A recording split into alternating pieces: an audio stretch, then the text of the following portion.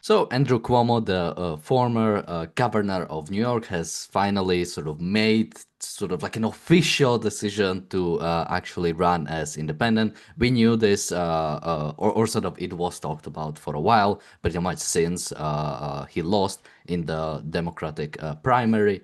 But now it's official, meaning we have two independent candidates who all are polling relatively well, meaning Eric Adams, the former mayor, uh, or I guess technically still current mayor. Still the mayor of New Yeah, York yeah, City still is Eric current mayor. Adams.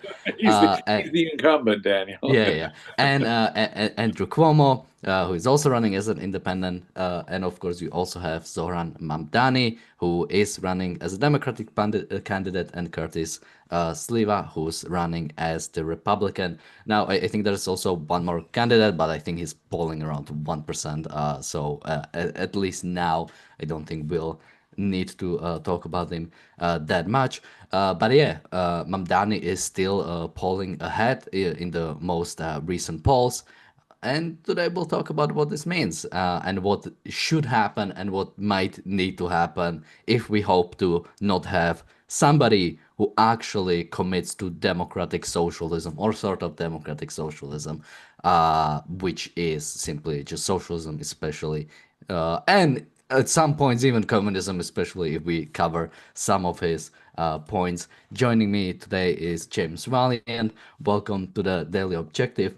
And yeah, I mean, I can bring up one quote from Cuomo. What he said, as my grandfather used to say, when you get knocked down, learn the lesson and pick yourself back up and get in the game. That is what I'm going to do. The fight to save our city isn't over.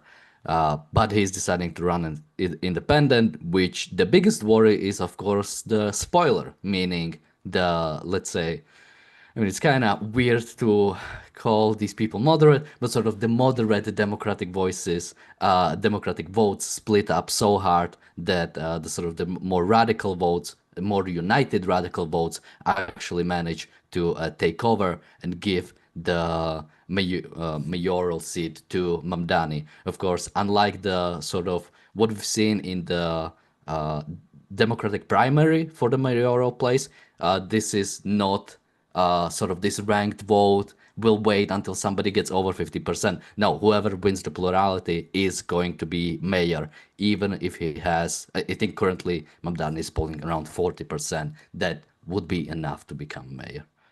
Yeah. James, any opening thoughts? Well, my opening thought here is that if I were still living in New York City, and I did live in New York City, it was a while ago, but I did live in New York City, I think my priority would be to make sure Mondami did not get elected. I think that should be the overriding concern for everybody. It's funny, everyone is talking about the socialist or the communist Mondami when as if the others were somehow capitalist. If you're an advocate of a mixed economy, there is no decent candidate here. There is no capitalist candidate here. There is no pro freedom candidate here on the agenda. What we have are a selection of from bad to worse candidates. And so, in that context, the very worst would be the one you'd want to be against because, if you're an advocate of the mixed economy today, you get the label capitalist, and the candidates themselves will happily embrace because among Americans, capitalism is still a pretty good word, and socialism is still a bad word among American voters, even in liberal, or what we call liberal these days, New York City. Um, uh, Cuomo, of course, comes from a famous political dynasty, Democrats. He was governor, and his father was governor, and so he has tremendous name recognition. But he himself was, of course, mired in all kinds of scandal, sexual harassment. And Cuomo was sexual harassment, the COVID lockdowns, and the COVID, the convalescent hospitals where so many old people were cut off and died. And so he's got all kinds of uphill problems. Eric Adams, the incumbent, now he started out in law enforcement. He was a Republican. Then he became a Democrat, and now he's running as independent, even though he was elected as the Democrat. And he, of course, had a corruption issue himself, and Trump let that case go. So he looks like he's the Trump endorsed candidate. And then you've got Curtis Sliwa, who's been, for the last 40 years, Sliwa has been a fixture in the political scene in New York City, very controversially. He ran the Guardian Angels, which was sort of a vigilante justice group that was maybe inspired by those movies from the 70s, like Death Wish or whatever. He himself is a very controversial, but he's only recently himself become, relatively recently, become a Republican. He ran in the last mayoral race as a Republican and lost, but he polls pathetically low. And then, of course, there's Walden. Now, he is a mixed bag of things, but again, a left-leaning independent lawyer who's both known for both fighting organized crime, but for taking up the side of labor. What's interesting about returning to Mamdani, what's interesting is that within the Democratic Party, and this was the Democratic nominating process, he did not get the black vote in New York City. Very fascinating. He actually got the elite university educated vote. He got the Upper East Side types to get him in there. But there's a war chest that they've developed among Democrats, mind you, and independents. They're raising, I think they've raised over $20 million just for the sole purpose of defeating Mamdani. Mamdani himself is only, what, 32, 33 years old, something like that. And just a few short years ago, he, in a speech, indicated that, seizing the means of production, cribbing a line straight from Karl Marx, was the end goal, at least. Now, many people said it's unfair to call him a communist because he doesn't believe in one party rule, and he believes in getting there in steps and so forth. But when you look at his policies, he wants, in effect, to socialize as many things as possible: free bus transportation, a $30 minimum wage, $30 an hour as the minimum wage. He wants public housing. He wants government-run markets, grocery stores in New York City. And many of the best grocery store owners in New York are horrified at this. Obviously, it's unreasonable to have to compete with them, but of course they're going to be very, very incompetent. Given how Americans tend to be overweight, maybe it would be a good thing to have bread lines in New York City, but of course that's what that would bode.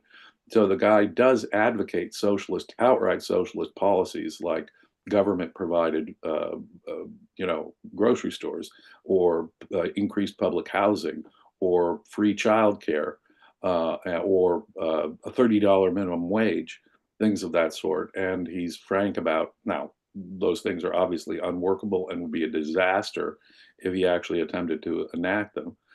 Fortunately, he'd need, I think, for most of these, the consent of the New York City Council, which is very, very left.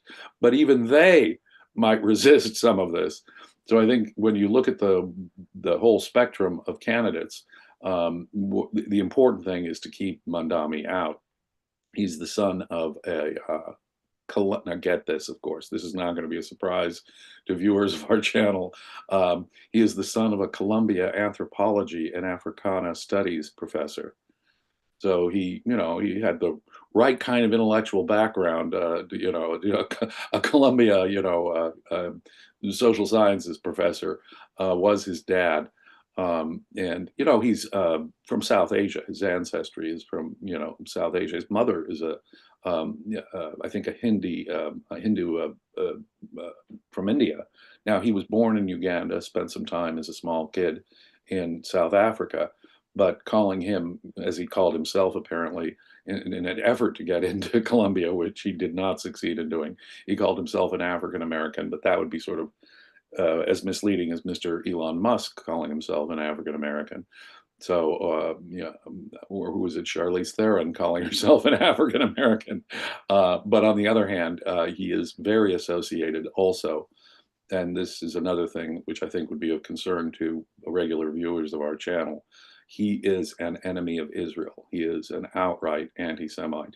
He is absolutely for the boycott, divest movement against Israel. He's absolutely an advocate. He would said he'd enforce the international arrest warrants on Netanyahu if Netanyahu should ever come to New York City. And New York City is, of course, the headquarters of the United Nations General Assembly. So if Netanyahu would appear, I guess, I presume he'd have some diplomatic immunity of some kind.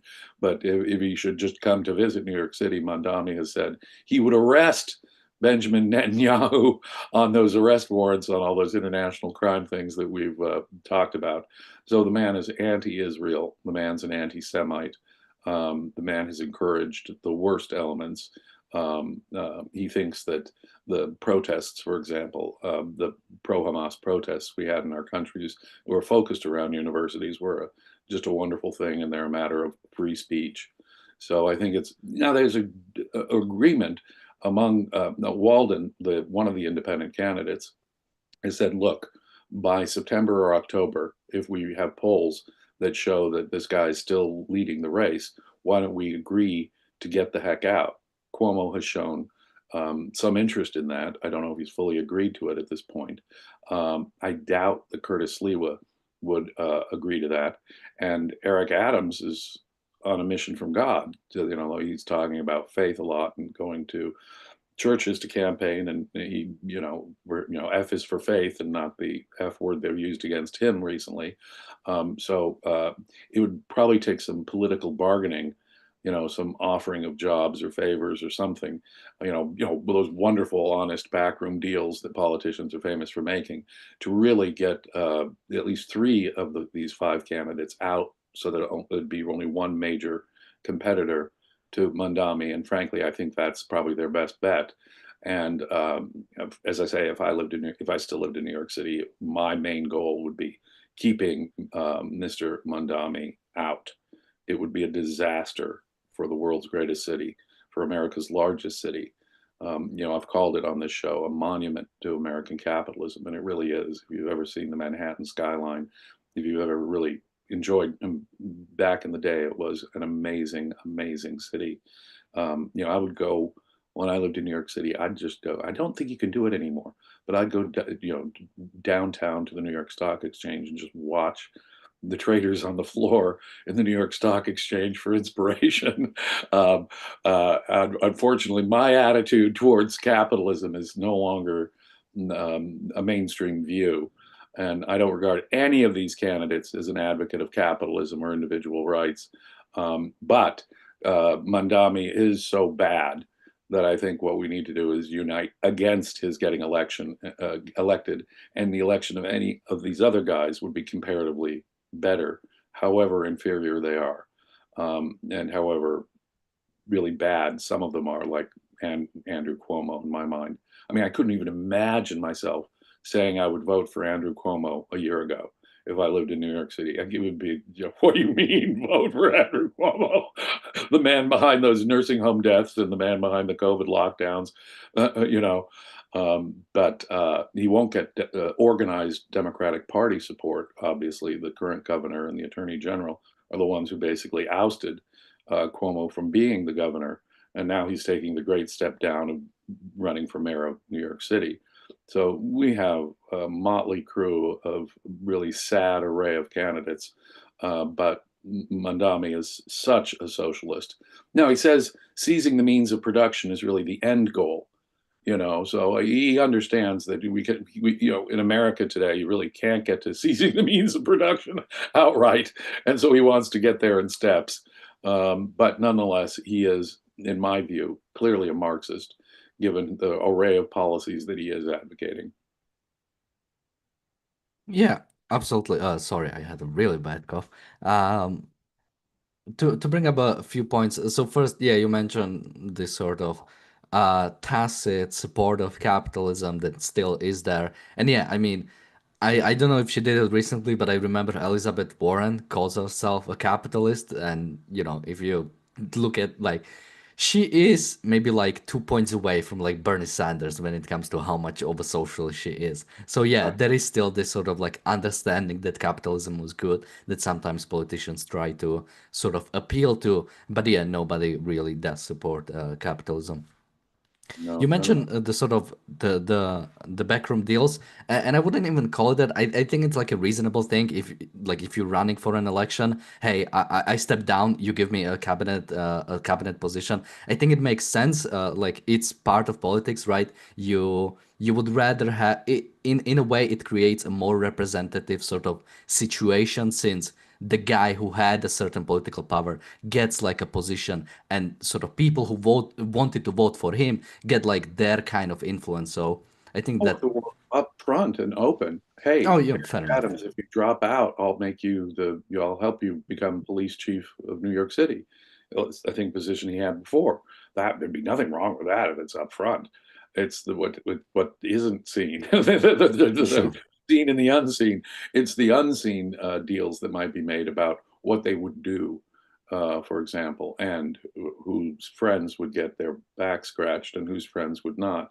That is the concern in that department. But I suspect, and the Cuomo family in New York City is certainly not above making deals of that sort.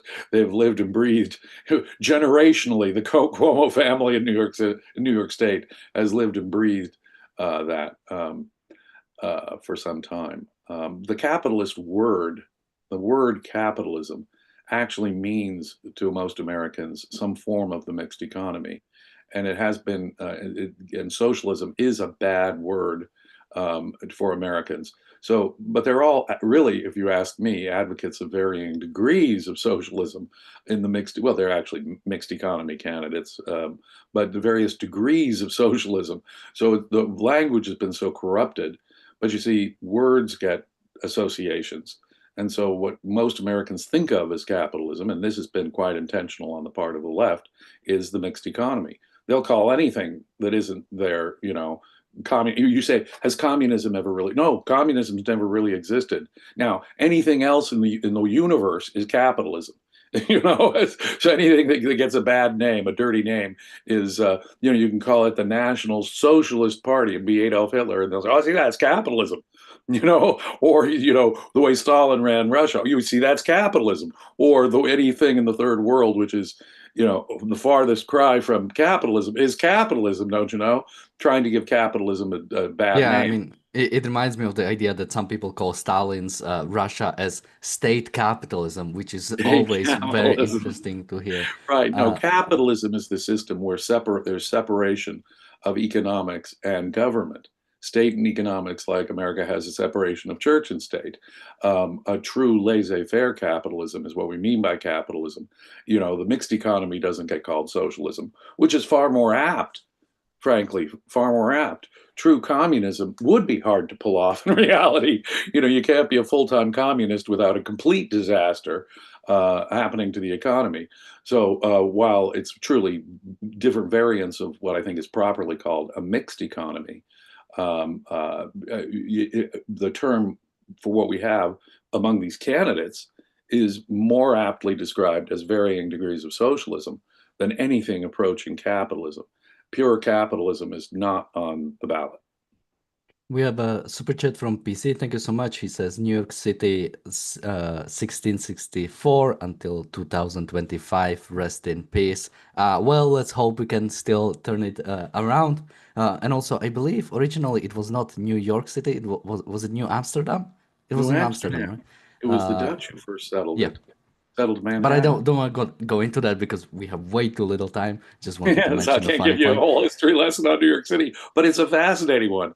So the important battles of the Revolutionary War happened there. The history of uh, business and the business tycoons in New York City, getting railroads and ferries there, the development of all kinds of businesses there, and international trade becoming the hub of international trade there makes a fascinating story.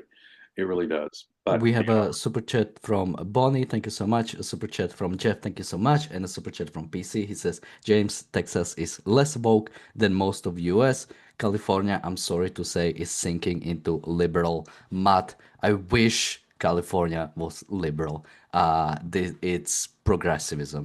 Again, I think it's still good to separate these two concepts, since I think liberalism has a great tradition that shouldn't be smirched by whatever these people are who are running California.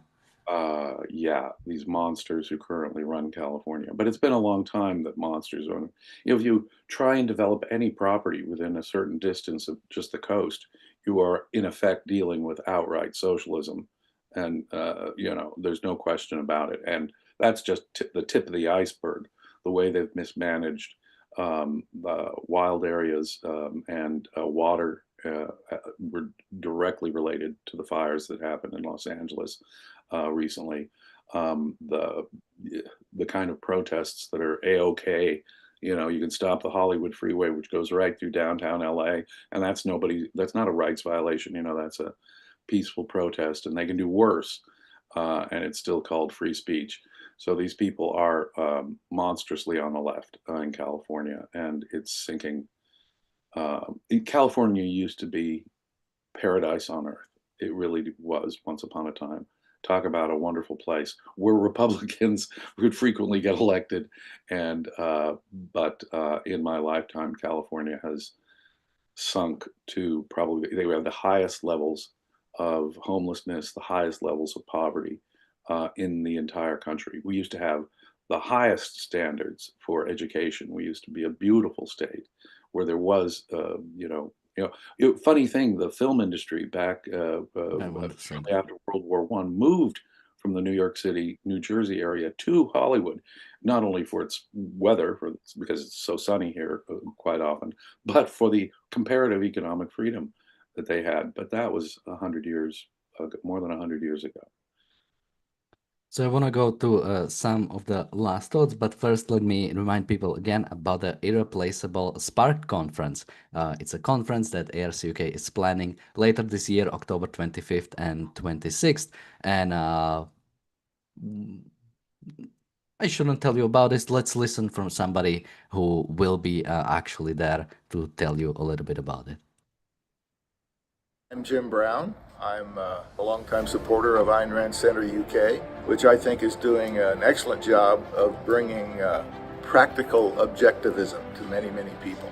Razi's going to do this conference in October, the Irreplaceable Spark Conference. And I'm really intrigued by this because many successful people have used Ayn Rand's ideas as sort of a secret weapon to propel them through life. This conference should really highlight how this works. Another reason, frankly, is to get practical ideas. I think you're going to find all of the speakers have found very practical use for objectivist ideas. And you might find that in seeing what they did, you might find ideas for you. And I'm talking about both your personal and your professional life. You need to keep them in sync. Objectivism can help you do that in a very practical way. So come to this conference and I think you'll get a better idea of how that happens.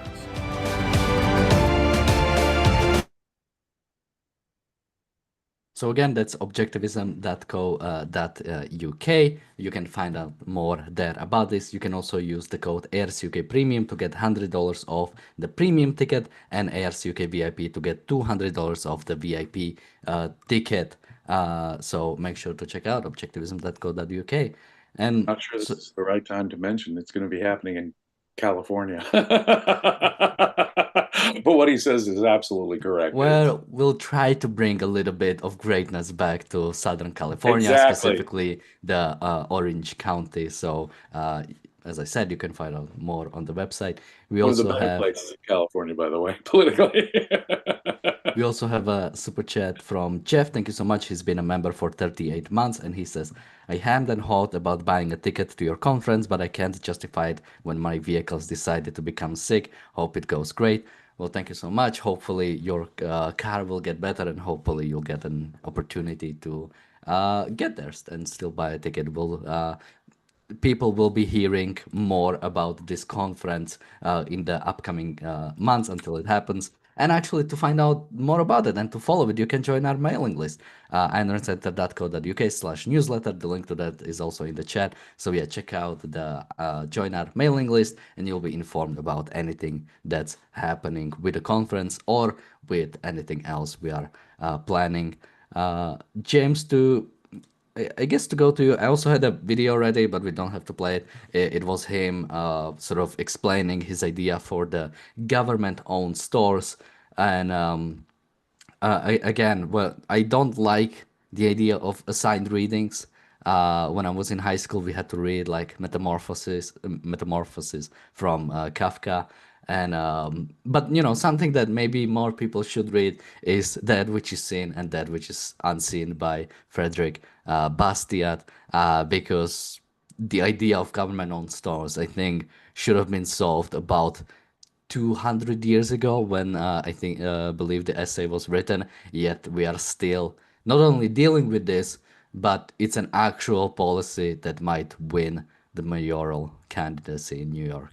James, any last thoughts from you, and where can people find you? Well, that is the frightening thing, isn't it? That people can be still sold with free stuff because, as the saying goes, if you think healthcare is expensive, private healthcare is expensive, just wait till it's free. That's when they'll really pay and pay in quality and availability of the very products that they want to provide people. There's an inverse relationship between the government help and actual bad results. Where can you find me? Here at Ayn Rand Center UK. If you're not a paid subscriber, you're missing out on seminars I give every Sunday, for example, on Leonard Peikoff's speeches and lectures. And there's all kinds of other benefits. And the conference coming up this October, I really hope that other people's cars are in working order who need to get here by automobile, because it's really going to be exciting. I mean, we're talking about people who made a big success in their lives and have a lot to offer in terms of advice. So Ayn Rand Center UK, but I'm also at Facebook, James Stevens Valiant, answering questions almost every day. Hit me up there. And of course, the reality show is back, so we will be back in just a few minutes or so, where we'll be covering anti-Semitism at the UN. Not as easy as it used to be. Basically, there is this commission to investigate supposedly both Israeli and Palestinian war crimes, but seems to only almost focus on Israel. And the three commissioners who are part of it have recently resigned. So we'll talk about why, we'll talk about what this commission actually did in the past, and anything around that, as well as anything around Israel. Thank you, James, for joining me today. The link for the reality show is in the chat, so you can join us there. Thank you, and bye-bye. Be safe.